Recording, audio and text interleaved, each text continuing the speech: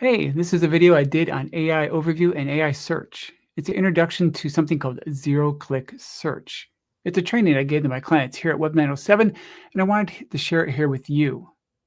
In this video, there's going to be tips on how to better position yourself so you can also be found in these AI search results. So I hope you find it helpful. Most of you are probably aware of AI and kind of its effect on how we do business every day.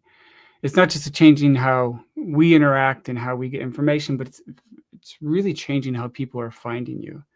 So what we're going to do here, I'm going to show you a few examples of how people are using AI, and then we'll go into how search is changing because of AI. So I first started getting into AI about a year ago, and it was for answering emails. Not particularly this example I'm giving you, but this example is one that people use quite a bit. So you have a customer that you've been working with, and you have an email. You're just like, gosh, how am I going to explain this to this person? And maybe you feel emotional about it. You can write in AI exactly the situation and explain it to them, and then ask AI to craft a professional response. And all of a sudden, you have a well-crafted professional email replying to a client or a customer. It probably needs some edits, but it can actually do this in 3 to 5 minutes, what might have taken you 15 minutes. And it's actually a pretty common way people are using AI. Another case scenario is research. And actually, this is something I just did, and I'm going to explain it to you here in a second. But for an example, let's say you needed new bookkeeping software, and you went in and you started searching online, and you found about 5 different ones, and you opened up all the tabs to research which one did what features and how much it cost, and if it was an annual plan, did it do payroll, did it all the different things you might want, and you spend a lot of time crafting the pros and cons of that. Well, now you can ask AI to do this, and AI will do that with all the features and criteria that you have, and search for it and give you a full-on report. I'm going to go ahead and share with you real quick here. Something I did recently is I had to research LMS, which is a learning management system, for a client. And this is what I wrote. This was my prompt that I put in there, and I told it, what we need and who the client is, what the criteria was, what they were using. I even uploaded a spreadsheet. I even told it to please review the attached spreadsheet, because my client gave me a spreadsheet of information of things they wanted and needed and what they were doing. I asked AI to do this, and I said, find me the top 5 and compare, contrast, cost, and all that. And AI ended up giving me the top 5 LMS solutions. And this is not a short report. This thing turned out to be 15 pages of information on which LMS to use. And I knew it was pretty long, so then I just went into AI and I asked it, hey, can you give me an executive summary? Because this is pretty long. I don't expect my client to read this. And so it actually gave me an executive summary, which is just a 2-page synopsis with recommendations. So as you can see, that saved me half a day of work, and I got that done in about 20 minutes. Next thing people use AI for, out of many things, is just research. Literally type in this prompt you see here at the right: plan a 5-day vacation for a family of 4 for $3,000. We like animals and beaches. And in 2 minutes, AI, this is actually a screenshot of what AI gave me. The thing here to pay attention to is it's making recommendations on what parks to see, what hotels to stay in, what cities to go to, where to eat. So you can see how this is, one, very useful, but also it's making recommendations of businesses without that person ever having to go to a website. And that's kind of the key point I want to make here. The point of a lot of what we're going to be talking about is how AI is changing how people find you online. Because I can go to a ChatGPT, or I can get the Google AI overview, and that will make recommendations on what business to go to. So let me give you an idea of what this looks like. The good old days. about 6 months ago, literally. You would type in a search, maybe plumber near me or best winter tours or dentist or whatever, and Google would give you what we call blue link list, top 10, and it would look like this. You just have 10 different websites to pick from, and as a SEO, as a search engine optimization expert, I worked with clients to make sure that you showed up top 10, because we all knew that the top 3, as you can see here, above page, always got the visits. If you were 9th or 10th, you got less visits. God forbid you were on the 2nd page, you never got any visits. This is the old way of doing search. Search is changing now to have AI overviews. So inside Google, you can still search for something. You can see here, I searched for best place to book a fishing charter in Southeast Alaska. And the AI overview went online, searched the internet, and makes a recommendation of where to go. So AI, there's no blue link here. There's no websites mentioned. I'm not researching different sites.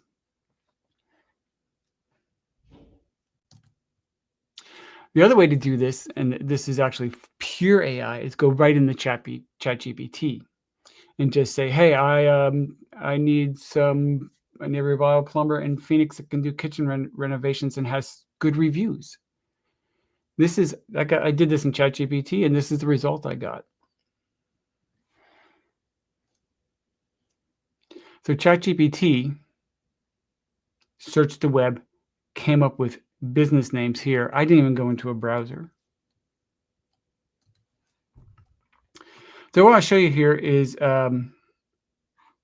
kind of a before and after. I have to close a couple of windows here of what the new SERP pages look like. So we're going to go back and do this here. Let me remove this, and we're going to add this page here for you. Put me in the bottom corner. So this is Google, and this is a search for who can help me fix my frozen pipes. You can see at the top, AI overview is at the top of the page. If we scroll down, there's our first paid ad. So this is actually a Google, someone paid money for this, and I'm sure we're familiar with Prospector. Now keep in mind, this is above the fold. I'm scrolling down. Here's my first organic listing. And then after that, we have a Google paid ad section here. These are what people ask for. Discussion forums. So Reddit, any posts that you can have, like Facebook. Now we got videos. And then finally, we get the rest of the organic search. So those blue links, that top 10 list, these websites aren't going to get that many visits because there are so many things up here that are going to attract the person, or they're just going to go here and pick whatever is recommended. Let me show you another example here real quick. I said best summer tours in Fairbanks. AI made a review, gave me a few places to go. A lot of people are just going to go here and make their selections through the AI overview. If we scroll down, here's a bunch of paid ads. Here's our first organic listing. Here's the people ask section. Our second and third organic just kind of squeezed in there. Some more paid search results, and then finally our organic, and then the Google business listings way down at the bottom.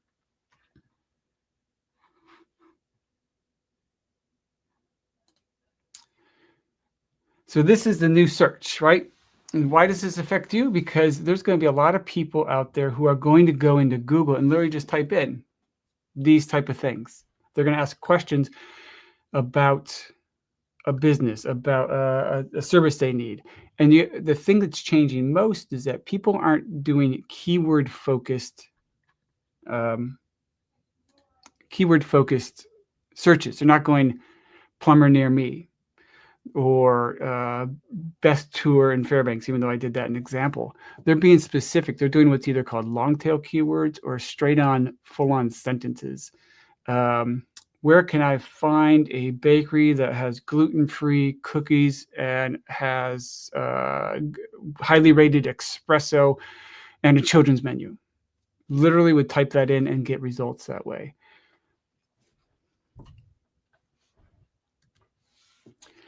So what this brings us is what's called zero-click search. Those AI results at the top of the page, people are clicking on those, making choices about where they're going to eat, where they're going to book a tour, who they're going to hire without even visiting a website. So zero-click search is this new phenomenon that's literally only been around for 3-4 months. AI overviews are inside of Google. Google's what we call SERPs, search engine results page, the SERPs. So that AI overview is a permanent part of Google. It's not going to go away. In fact, Google is probably steering towards a pure AI page. And AI search is, I have some stats coming up here in a minute, but that AI overview is showing up in 50% of all searches. So at the top of the page, that's what's happening. So the question is, what do we do, right? If AI, these overviews showing up in the top of the pages, why did it matter that you ranked first, second, third, or fourth? And they do matter. Those actually play factors into whether AI pulls you into the results page or not, into their recommendations. So it still matters. But you want to show up in the AI reviews. You want to show up when someone goes into ChatGPT and asks for information on what the best plumber to get. You want to be the one that gets recommended. It's not just a matter of being number one in Google's organic listings, the blue links, but it's important to show up in those AI overviews and be pulled into ChatGPT, top of Google search results.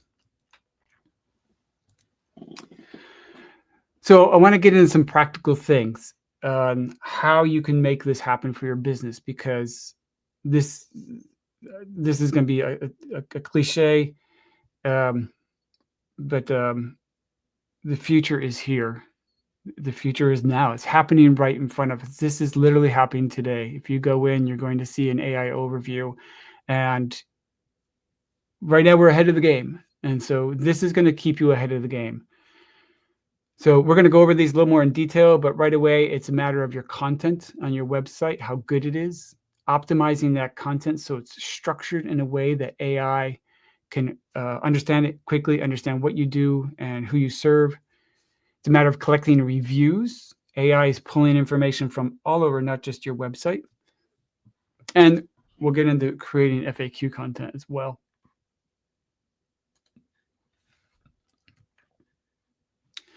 So one of the first things you can do is start optimizing the content on your page. I want you to look at your websites and look at what information you're sharing. You got to remember that people aren't searching for plumbers near me. They're searching with long tail keywords. So our example here is reliable plumber versus just plumber, right?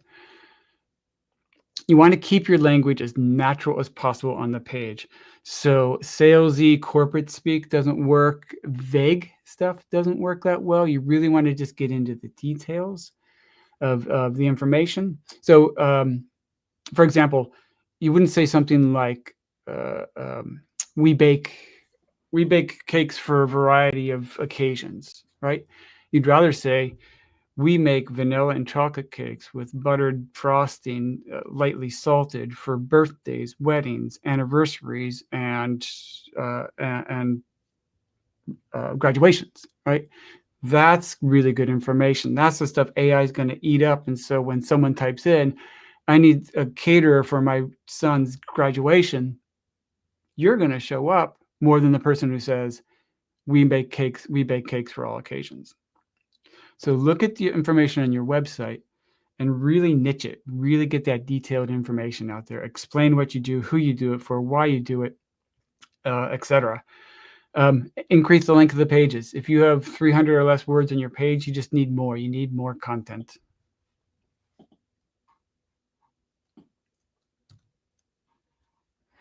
Not just more content, but well-structured content. This is going back to kind of old school SEO, which is still like the old SEO is still really important. In fact, you can't ignore it. Old SEO means keywords, proper structure like H1 and H2 tags, all the ranking factors that go in there, what's called on-page and off-page SEO. What AI search, or what's called generative engine optimization, GEO, is bringing to the field is there's just another layer of stuff that needs to get done so you can start showing up in the AI results. So having a page that's structured well, that has proper use of what we call H1 and H2, just think heading 1, heading 2. These are like outlines of your website. Using this in a way and structuring your page so it's easy to navigate. You want a page that is skimmable by the human, going from header to header to header. Oh, I get it. I see where you're going. Okay, that makes sense. And then maybe they stop on one like that really makes sense to them. But think about so written for humans, but you also want it to be written for AI, and AI is going to look for those headers to figure out what your page is about. So it has to make sense. And it's going to look at the content below it to see if it has information about that header. So look at your sites and see what I used to always call it, and some of you might remember this. I used to call it chunkification. Just chunk your information, right? Explain something and move on to the next thing and explain it. Each one needs a heading.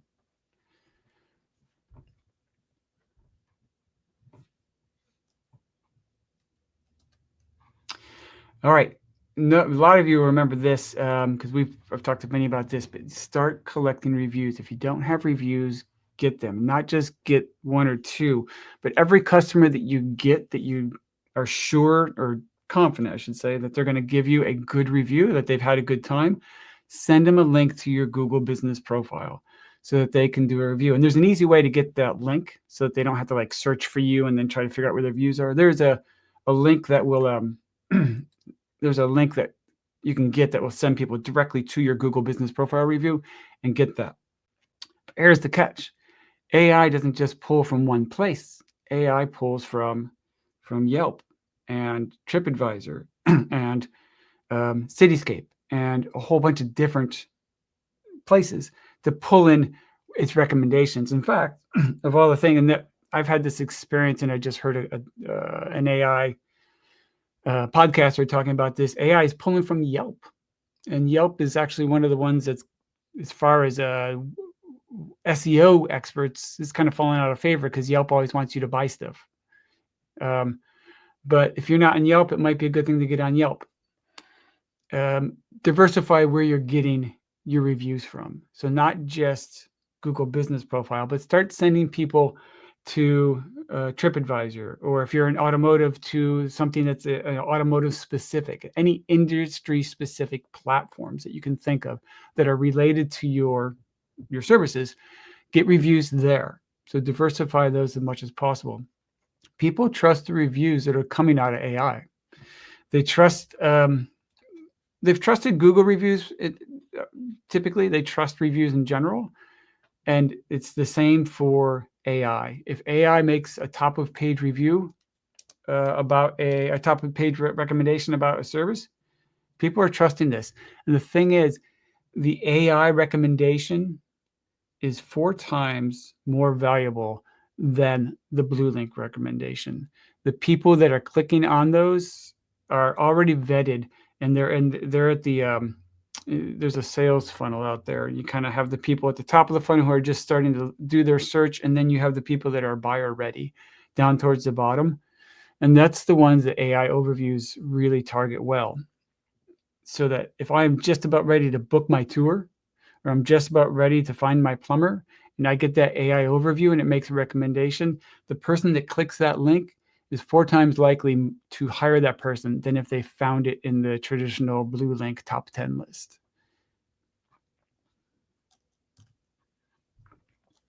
The other thing is creating FAQ content. So FAQs are,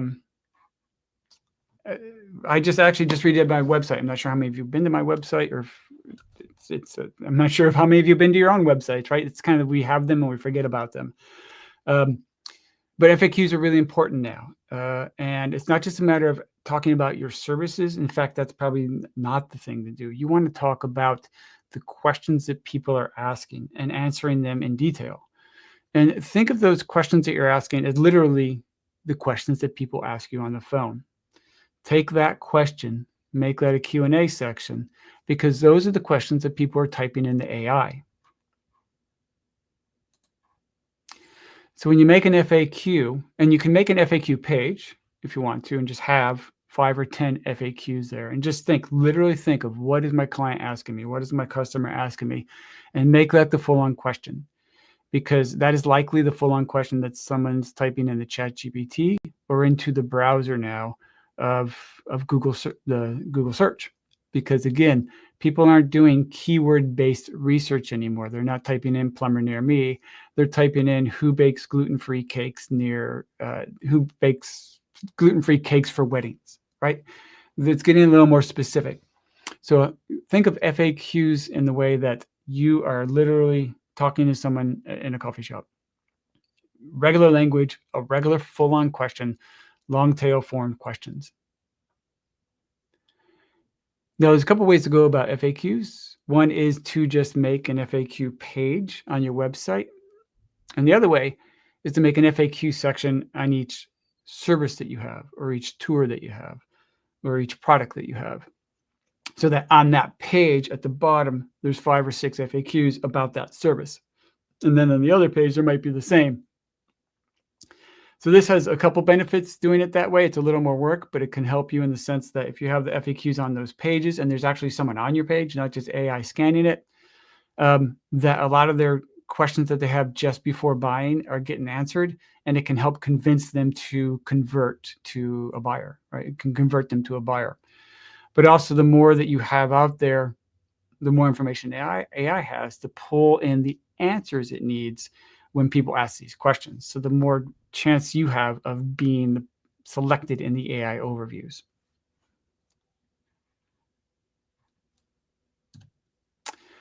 All right, so quick summary. And I told you it's going to be a quick meeting. I wanted to keep it at 20 minutes, and we're just a little over that.